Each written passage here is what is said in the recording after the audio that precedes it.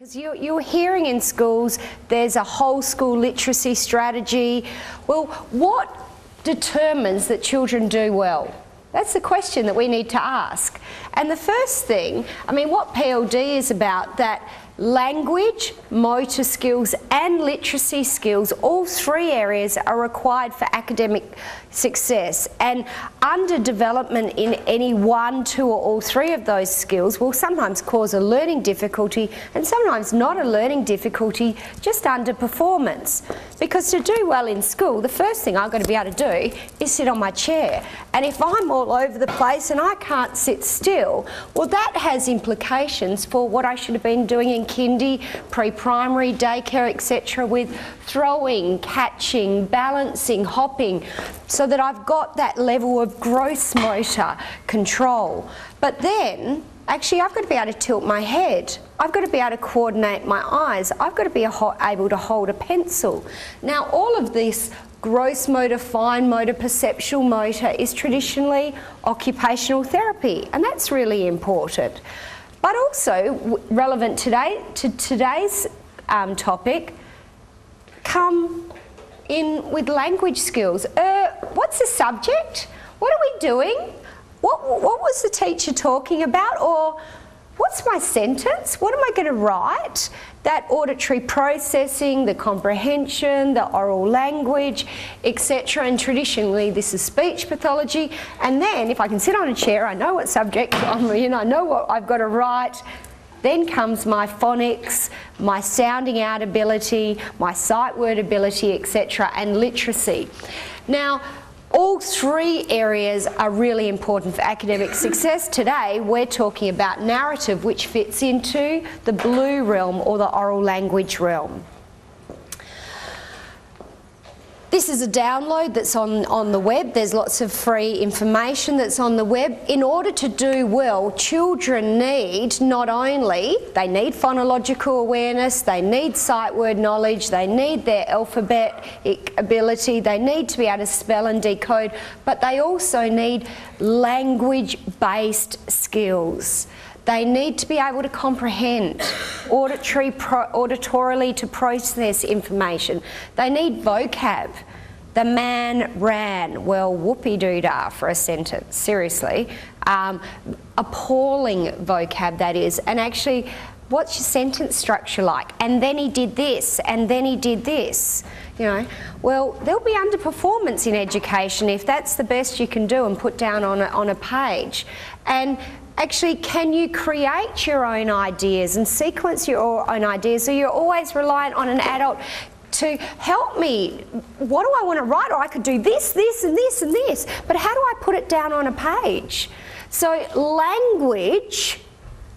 language-based skills are also required in addition to literacy skills. And sometimes we forget that, you know, because sometimes coming back to this, we think it's more about this. And sometimes our parents will think about that as well, in terms of when are the readers coming home, when are you going with the alphabet in the junior primary, and we forget to think about actually motor and language skills as well, that there's a bigger picture out there. Why is this all so important? Research has told us, the International Journal of Speech Pathology has said, Australia is doing really well economically, and yet our entry levels have never been lower. For all the stuff we have given our kids, there hasn't been a positive flow on to our children. There used to be a great discrepancy between your high socioeconomic schools and your low socioeconomic schools entry levels. Do you know what you're starting to find? The middle and high socioeconomics don't even have the lead-in that they used to have. And so it's a worry, people. The other one is our children are older coming into the education system. Parents will say, well, he's 6 months older, he's 12 months older. But again, we haven't seen a flow-on of positive developmental milestones or higher entry levels for our children, despite our economic standards, despite the older age, etc. Again, quite a really recent piece of research. So it's 2008, but actually 2006 research when it's actually published. The prevalence or the rate of speech and language impairments, or the rate of speech and language delays in preparatory, or the equivalent of pre-primary students in northern Tasmania. Exactly.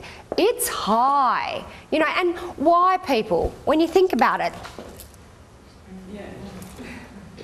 I mean, yeah, also the busyness of racing our kids around, and actually the whole thing of, you know, both mum staying at home, talking, the family unit being strong.